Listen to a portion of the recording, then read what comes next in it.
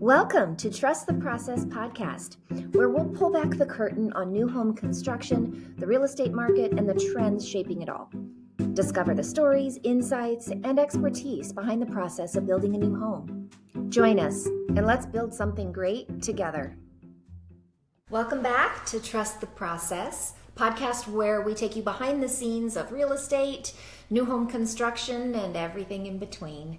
So we're going to talk today. I'm Krista. I'm joined by Michael Johnson, and we're going to talk today about 2024 as we close out from that year, looking forward into 2025 and what we predict or some of the forecasts that we might anticipate. Yes. So looking at not just the Las Vegas market, well, we know that influences us specifically, that there is a bigger pendulum that swings in terms of the national market, and those are actually where most of the trends are set, and then Vegas obviously follows suit with that. So we wanted to take a broad look at a more national market and how it has affected the 2024 trends, interest rates, and influencing just everything overall, and how that everything in the industry, how that has kind of trickled down to our market specifically. So it's kind of where we wanted to start today, and we're going to break it into two sessions. So we'll have our 2024, and then we're going to follow right with a 2025, kind of a prediction on where we're going to go with the next round. So we'll do two back-to-backs here for you.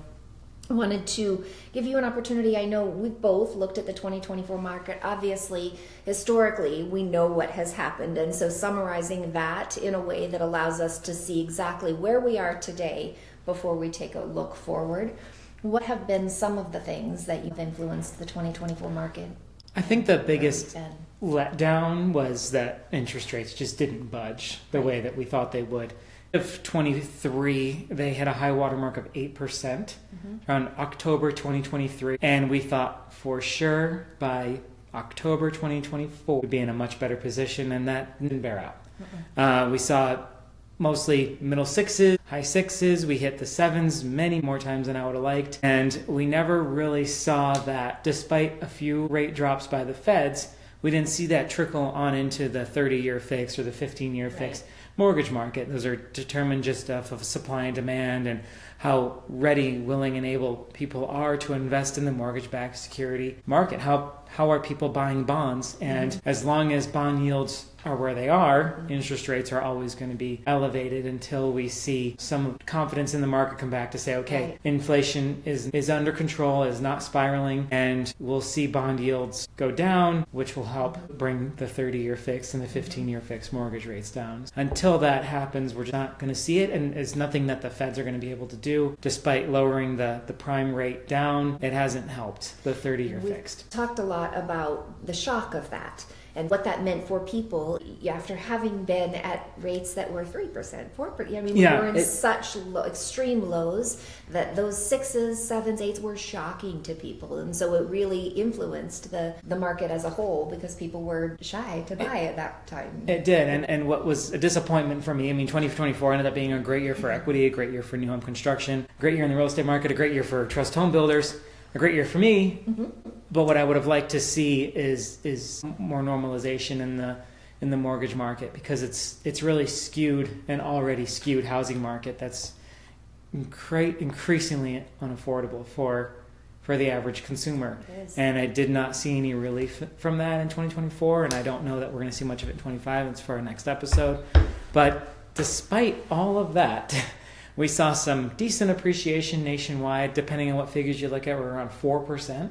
And I'm not exactly sure where 2024's inflation rate landed, but I would bet real estate appreciation outperformed inflation, even in a hyperinflationary or in a period of inflation, which is a testament to real estate as an asset class, but also, on the other hand, a little depressing that we still saw elevated mortgage rates and elevated home prices that are continuing to appreciate. We'll talk about that throughout the course of the podcast, but it's important to note that it's a supply and demand.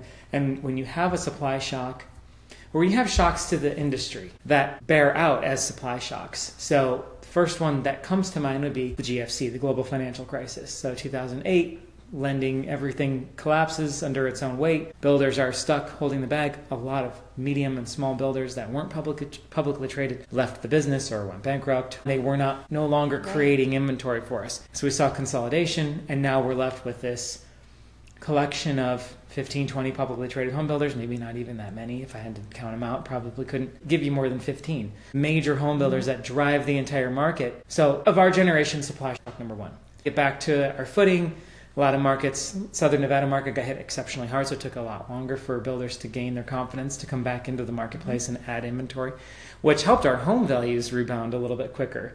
But the stability wasn't there to break ground on a 500 home master plan. There was just a fear. It just was a fear. Lied in that, and lots of permits had been pulled. That's right. So there was the potential for a lot of build, but builders sat on it. A lot of holding back, and a lot of land was locked up in bankruptcies and locked up in foreclosure. A lot of our small and medium-sized builders locally went under, and that land was stuck in bankruptcy courts and in asset sales and things like that. Even had builder had wanted to develop and get motor humming again, couldn't do it. There was nowhere to do it. I think that we had a lot of things to sort through, and that took us till about 2015. And then we run for a good 5 years, second supply shock, COVID, which started off as a crisis of confidence, and builders pulled the plug on a lot of things, had permits sitting. And in Las Vegas, you could skateboard down the strip, a strip that hosts 44 million people a year. It was dead. It was barren. Builder confidence was, on a scale of 1 to 100, probably a 2. In the beginning of the pandemic. It proved to be a really great time. It really did. A lot of it was quantitative easing. The Fed's pretty much just dumped a bunch of money into the money supply, and savvy investors flock to assets, especially non-fungible assets like homes. Right.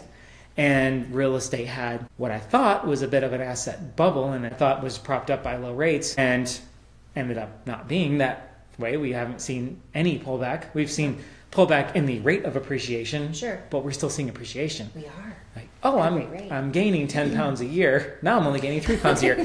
You're still getting fatter, and you're gonna have to get control of that.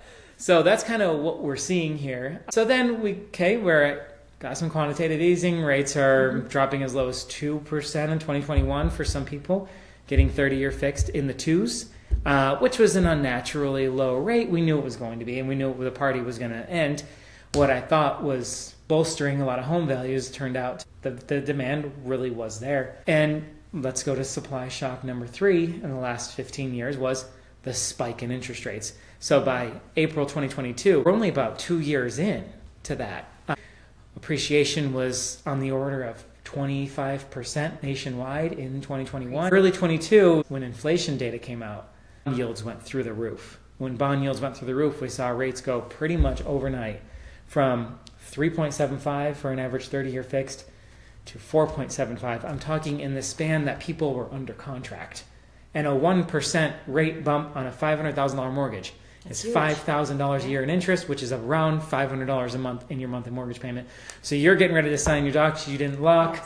You had 2 weeks. You did your home inspection. You did your appraisal, and you did all that. You're ready to sign at what you thought was a $2,200 mortgage payment, now is a $2,850. Right. And some people just literally no longer could qualify. If you're right on the line, if you're just barely qualifiers are just barely there by a margin, and if there's that little bit of swing, knocks them right out of the game. Exactly. So we can't sustain those payment shocks, and spoiler alert, a lot of move up and move up 2 buyers stretch it as well.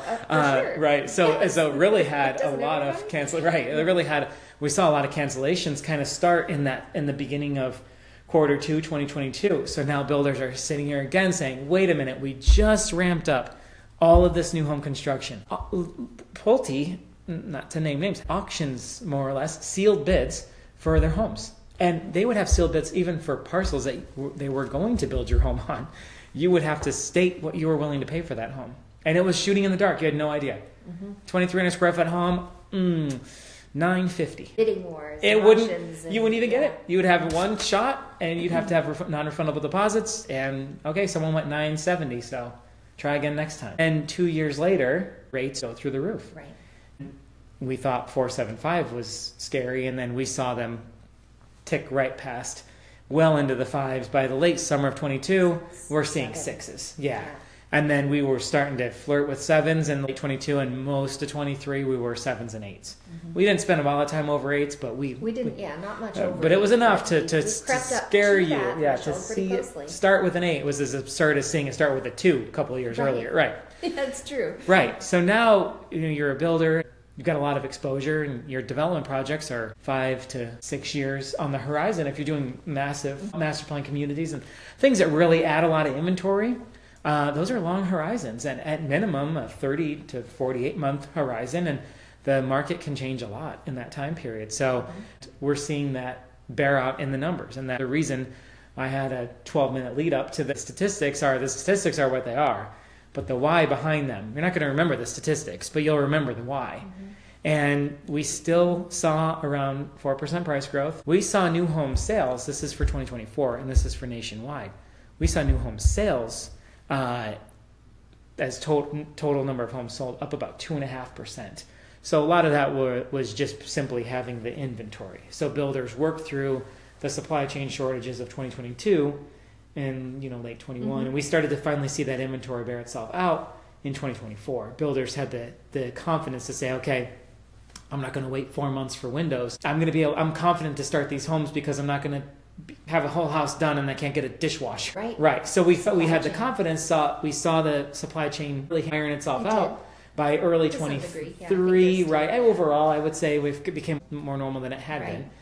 And builders had a lot of confidence to then, okay, let's start. And then boom, you get the high rates. Hey, well, can people still sustain these high rates? People still buy homes? And largely they did. Home builders nationwide built about 1.4 million homes in 2024. About 950 to a million of those are single family. The balance is multifamily, condo, townhome. Not all of those are for sale. Most of the single family stuff ends up for sale. It ends up being purchased. A lot of the multifamily, I would say, gets kept into hedge funds and things like that end up being apartment complexes as you think of. But it still adds to the numbers. So it was a good year. Now, for reference, in 1985 we built 1.7 million homes and our population was 100 million people fewer. To highlight this market fact, in 1985 the U.S. population was 238 million, and we built 1.7 million new homes that year. In 2024, the U.S. population was up by more than 100 million people from what it was in 85, and despite that increase, we built 300,000 fewer homes. This just highlights the growing housing shortage in this country, and we'll talk more about that U.S. housing crisis and the implications on affordability and accessibility in future episodes. So we are still drastically underbuilt. Those sound like great numbers, but we are still wildly underbuilt. When you hear it that when you hear it in that, yes, you think about so many more people, fewer homes under construction. That's right. It's a population that's gone up about 33%. In a sick twist of irony, the amount of new homes completed is about 33% lower than it was in 85. Just astounding, and we could have an entire episode on why that is. It's not just builder greed. Part of it is the consolidation of the builder market and energy efficiency. Homes are way more expensive to build now. Buyers demand larger homes. Development projects don't pencil out unless you build larger homes. And the country has moved around. The country has moved out of the Northeast corridor. A lot of those places are losing population, and people are moving to Sunbelt states that are not equipped to have 100,000 people a year move there. The Denvers of the world, the Houstons of the world, the Las Vegases of the world, the Phoenixes of the world were not built for that. So it's not just how many doors you have, it's where are they? And without them being in the right places, if we have this migration, people around the country, we're always going to have it. And Las Vegas is a great microcosm, which is why in the second part of this episode, I want to talk largely about Las Vegas and use it as a microcosm for the rest of the country. I think it'd be a good time to transition to that. Great. To 2025. So we'll see you in the next episode. Yes, we will. Thanks for joining us. Thanks for tuning into the Trust the Process podcast. Make sure to follow us on Spotify to stay in the loop with the latest insights, project updates, and everything in between. See you next time.